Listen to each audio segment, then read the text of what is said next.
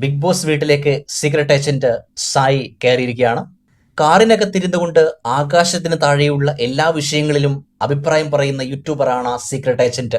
Secret agent വീട്ടിലേക്ക് എത്തുമ്പോൾ ജാസ്മിനും സീക്രട്ട് ഏജന്റും തമ്മിൽ വഴക്കുണ്ടാവാനുള്ള സാധ്യത കൂടുതലാണ്. ജാസ്മിൻ നോറ വിഷയത്തിൽ സോഷ്യൽ മീഡിയയിൽ ഇടപെട്ട് ധാരാളം വീഡിയോ ചെയ്ത വ്യക്തിയാണ് സീക്രട്ട് ഏജന്റ്.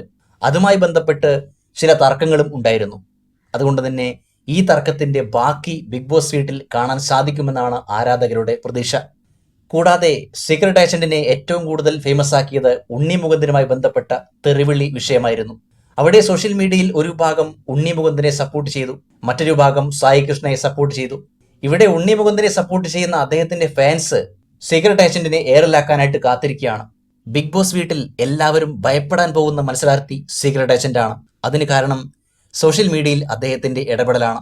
ഏതു വിഷയം വന്നാലും അതിൽ കൃത്യമായി തന്റെ നിലപാട് സീക്രട്ട് ഏജന്റ് അറിയിക്കാറുണ്ട്. എന്നാൽ ബിഗ് ബോസ് വീട്ടിലേക്ക് വരുമ്പോൾ സാഹചര്യം ഇതല്ല.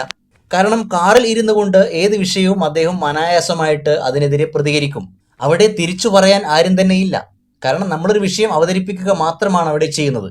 എന്നാൽ ബിഗ് ബോസ് വീട്ടിലേക്ക് വരുമ്പോൾ നമ്മളൊരു കാര്യം പറയുമ്പോൾ അതിന് മറുപടി പറയാൻ ആളുണ്ടാവും, തിരിച്ചു ചീത്ത പറയാൻ ആളുണ്ടാവും, തള്ളക്ക് വിളിക്കാൻ ആളുണ്ടാവും.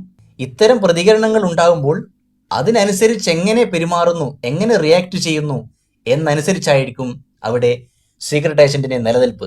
സീക്രട്ട് ഏജന്റ് വൈൽഡ് കാർഡായിട്ട് വരുമ്പോൾ ഒരുപാട് പ്രതീക്ഷയിലാണ് ആരാധകർ.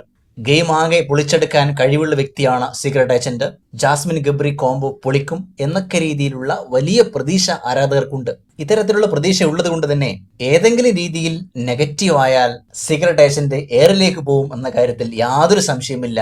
അദ്ദേഹത്തിന് അത്രയും സപ്പോർട്ട് ഉള്ളത് കൊണ്ട് തന്നെ അത്രയും തന്നെ നെഗറ്റീവ് ആകാനുള്ള സാധ്യതയും കൂടുതലാണ്.